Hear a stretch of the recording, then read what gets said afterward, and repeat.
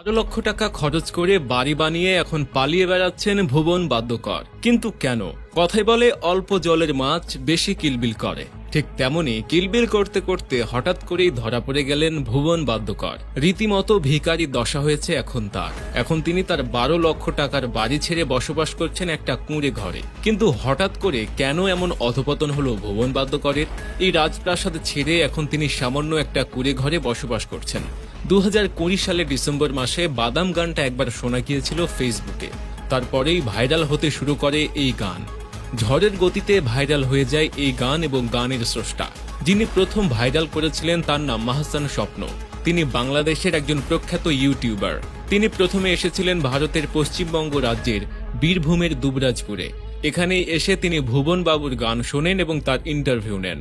তিনি ভুবন বাবুর সুবিধার্থে তার গুগল পের সঙ্গে পেটিএম লিঙ্ক করে দিয়েছিলেন। তারপর কেটে গিয়েছে অনেকগুলো দিন। প্রচুর জনপ্রিয়তা পেয়েছেন ভুবন বাদ্যকর। তিনি রীতিমতো স্টার হয়ে উঠেছিলেন। বড় বড় অভিনেতা অভিনেত্রীদের সঙ্গে তার উঠা বসা ছিল। মদন মিত্র থেকে বাংলার সুপারস্টার জিৎ তার সঙ্গে দেখা করেছেন। বাদাম বিক্রি নয়, বরং তিনি এমন বড়লোক হয়ে উঠেছিলেন যে শেষ পর্যন্ত কি করবেন তাই বুঝে উঠতে পারছিলেন না। 12 লাখ টাকা দিয়ে একটা বাড়ি বানিয়ে ফেলেন। বাড়ি বললে ভুল হবে, বরং রাজপ্রাসাদ। শুধু তাই নয়, ভুবন বাদ্যকর 1,60,000 টাকায় একটি বাইক কিনে ফেলেছিলেন। সেই বাইকে যেতেই একদিন অ্যাক্সিডেন্ট হয়েছিল তার। যদিও তারপর কিছুদিন ওই বাড়িতে বসবাস করেছিলেন, কিন্তু হঠাৎ করেই কি হলো, তার কয়েকটা দিনের মধ্যেই তার জনপ্রিয়তা ফিকে হয়ে গেল। এসব শুনে আর নিজেকে ঠিক রাখতে পারেননি, তাই স্বপ্ন আবার ছুটে গিয়েছিলেন এপার বাংলা থেকে। ভুবন বাদ্যকরের কাছে তিনি তার বর্তমান অবস্থা সম্পর্কে জানতে চাইলে চূড়ান্ত অসহযোগিতা করেন ভুবন। তার কোনো প্রশ্নের উত্তর দিয়েছেন, আবার কোনোটাই হাত নাড়িয়ে দেখিয়ে দিয়েছেন। তাকে প্রশ্ন করা হয়, আপনার এত টাকা কোথায় গেল? ভুবন জানান, আমি কোনো টাকা পাইনি, আমার সাথে প্রতারণা করা হয়েছে। যদিও তখনই তিনি ধরা পড়ে। জানা যায় একটি মিউজিক সংস্থা তার গানের সমস্ত শর্ত কিনে তাকে মোটা টাকা দিয়েছিল, কিন্তু সেই টাকা তিনি খরচ করে ফেলেছেন।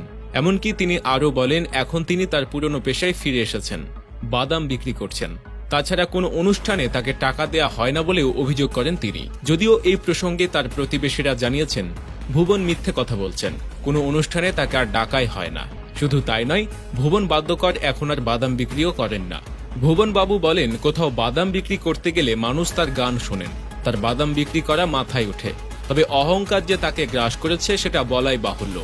বারবার তিনি বলেছেন, আমি সাধারণ মানুষ, ঈশ্বর আমাকে মাথায় তুলেছেন।